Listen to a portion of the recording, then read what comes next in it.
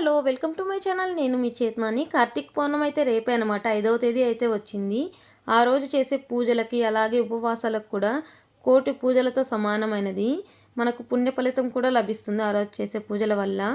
అలాగే ముక్కోటి దేవతల ఆశీర్వాదం కూడా మనకు కలుగుతుందన్నమాట.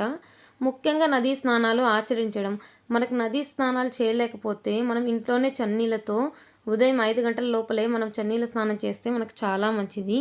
అలాగే వనభోజనాలు చేయడం, ఇలా ఉసిరి చెట్టు కింద ఉసిరి దీపాలు పెట్టడం, అలాగే నదుల్లో దీపాలు వదలడం వదలడం కూడా మనకు శుభ ఫలితాలైతే కలిగిస్తాయి.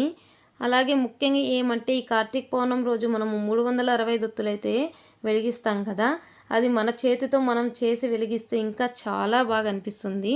అలా 365 ఒత్తులు దీపం వెలిగిస్తే ఈ సంవత్సరం అంతా కూడా శివుడికి పూజ చేసినంత పుణ్య ఫలితం అయితే మనకు లభిస్తుంది. అందరికీ కార్తీక పౌర్ణమి శుభాకాంక్షలు. Thank you so much.